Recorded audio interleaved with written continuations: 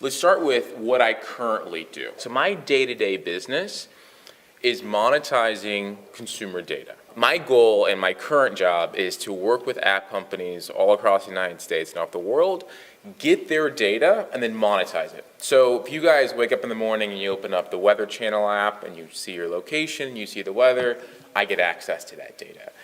Some dating apps, a lot of games, Clash of Clans is a huge app in our ecosystem.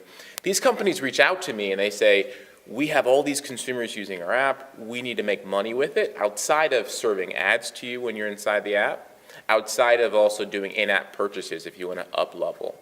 As a company, Complementix, we receive that data and then we monetize it anonymously. So all we would see is a random ID of a phone somewhere in Chicago or in St. Louis, and then we would understand that that device actually went into Costco or Target or Walmart. And our clients at the very end are very interested in where consumers go, where they're spending their time, how often they go there. That's the business. So I collect data from company A, let's use Tinder as an example. They send it to me anonymously, I monetize it, and then I pay them for it. I've been doing this for 5 years. We're really, really good at it. I see roughly 288 million devices on a monthly basis. These are consumers using just regular apps. And the idea came probably 2 years ago. Instead of paying all these companies money for their data, why can't I create one single app, have the consumer download it anonymously, and then pay them for the data? That's the concept. Tapestri says it's your data, you should get paid for it. So let's talk about the problem. I think we all know this. So consumer data is being bought and sold every day, my data, your data, and we're not earning a penny from it at all, right? So Facebook, Instagram, TikTok, Clubhouse, Woo, any other random app that comes out on the market, they're basically taking the data, primarily doing it to serve ads. So Facebook is an example. You agree to the terms and conditions, which is gibberish that you'll never actually read. They will then optimize the whole ecosystem to serve targeted ads to you. So Facebook doesn't actually sell data. They basically orient their ads to make them more targeted so you can click on them. So you can see here, people don't know this, back in 2017, Facebook created a VPN app targeted at 18 to 34-year-olds to basically download, and every single thing on your phone would run through it. So basically it's a proxy. So your iMessage, your browser history, everything. And they were paying consumers for it, $15 per month. Problem is, Apple didn't like that. Because Facebook did it anonymously. They didn't even say it was their company. They made up a random company name, and Apple bans them. The Social Dilemma documentary came out a couple of years ago, I think it was last year, on Netflix, that basically said, if you're using an app or a product and it doesn't cost you anything, you are the product, right? And they're basically monetizing that data. Then you have politicians like Anu Yang, who wants to create a dividend in California, like Alaska has, right? Alaska has oil, and everybody in that state participates from what that state has. And he's pushing that, but Facebook and Google and Waze and all these companies are pushing heavily against him. It's probably not going to happen. So we see an opportunity to pay the consumer directly for that data. So the solution would be, if the consumers actually knew, everybody, they could download a simple app, agree to the terms and conditions, always understand that we're monetizing things anonymously. It's not Walter Harrison, it's not Chuck Williams, it's not Jeff Williams. We're monetizing anonymously. It can run in the background, whether you interact with it or not. So this is not a survey app, it's not a cashback app that you may use like Dosh or Rakuten or Ebates, something like that. It runs in the background, and you can actually interact with the app. So you could search for a place like, I don't know, Cabela's, and see how many people are there in real time. Something's going on in the world, like the United States, which unfortunately happens every single day. You could all jump in Tapestri, search that location, and see the people there in real time. So that's the goal. So we're working on this app now, as you can see. It's going to be available for iOS and Android. Our job as the founders of Tapestri is to get millions upon millions of users to download this app from day one. Where I see the opportunity, however, is the affiliate program, where I feel like we'll get millions of consumers to use it, have the social proof on Facebook and IG that this app actually works, I'm actually getting paid for it, it's transparent, here's the money in my account, look.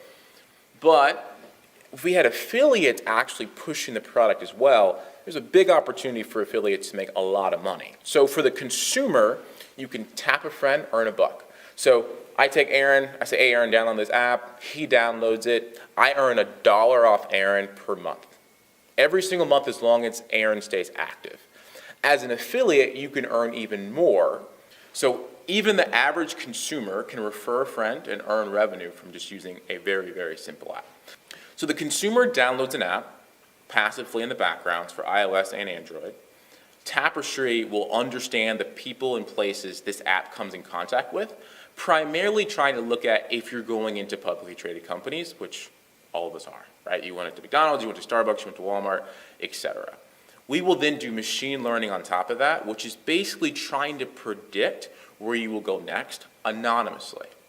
On the back end, just to be very transparent, our clients, primarily our banks or hedge funds, are trying to figure out, should I go long Walmart?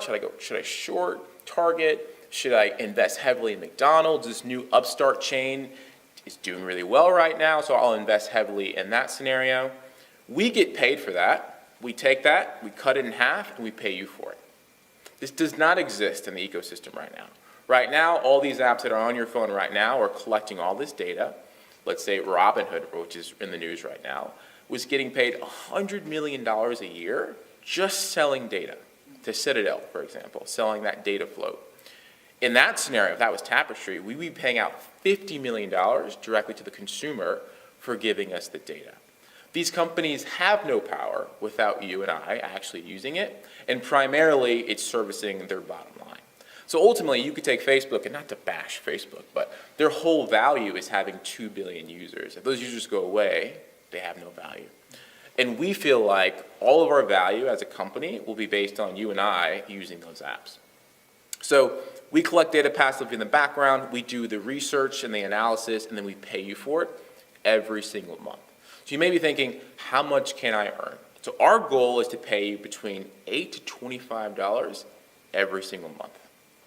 It's not cyclical, it doesn't go up and down, it's really based upon how many events we can actually see from your phone on a monthly basis.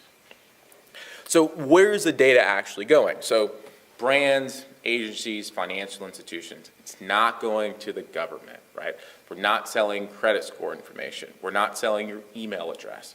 That's not our business.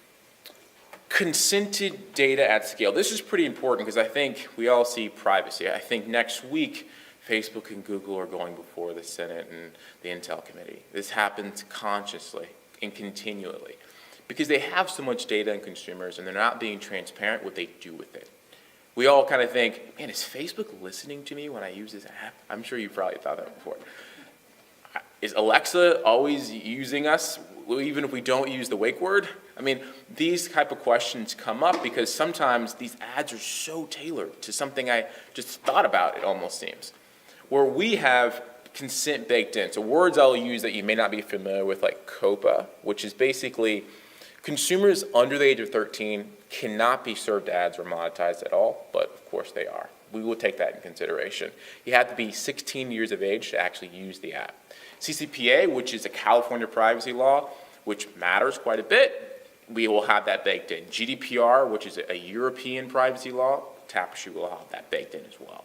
So that's the goal. So privacy and your permission and your transparency is crucial. The goal is I want to take an industry like the MLM space who've generally are really good at going direct and sharing opportunity, whether it be a juice or a product or whatever it is. Now it's a very simple app. Hey, listen, I'm making money from Tapestri. It's very simple. Here's how much I've earned. Download the app, you can make money too, and you're earning $1 off that user per month. All right, so the solution, as I talked about earlier, if consumers knew, and again, our goal is to get millions of users to do that, and we will do that successfully in a very short period of time, that everyone can get paid for their data anonymously. But we're not just an app that collects data. It actually is a product that you could search for and actually understand the people and places around you in real time, and we pay out monthly. No maximums, no minimums. So our goal is to collect about 200 events per user per day. So what does that mean? So generally, when we see a phone move 50 meters, we're going to collect location. So right now, let's say for me, I'm out in Naperville in Chicago. I work from home, so it's not very interesting where I'm going. I'm not really going anywhere. May at the end of the day, may go to the gym or maybe the grocery store. After my phone moves 50 meters, it'll collect location again. Only looking at places you go, so not your house. We're not interested in your house, your neighbor's house, only physically places like retail locations. We will tabulate that and pay out per month. At the very bottom, we're kind of highlighting who's getting this data anonymously. Brands, agencies, financial institutions, real estate groups, not the government, not just random Joe Schmo who reaches out to Tapestri trying to spy on their neighbor. No, not happening. Here are a couple things that I think leading technologists have said about data. You've been tricked into giving away your most valuable asset. And if you will get paid for your data, this is Jared Lanier. He said this about a decade ago. Pretty prescient. Data is worth more than oil. It should be benefiting us, not just the companies. That's the goal. So this is an app that will pay you for the data, and our job and our responsibility is to get people to use it.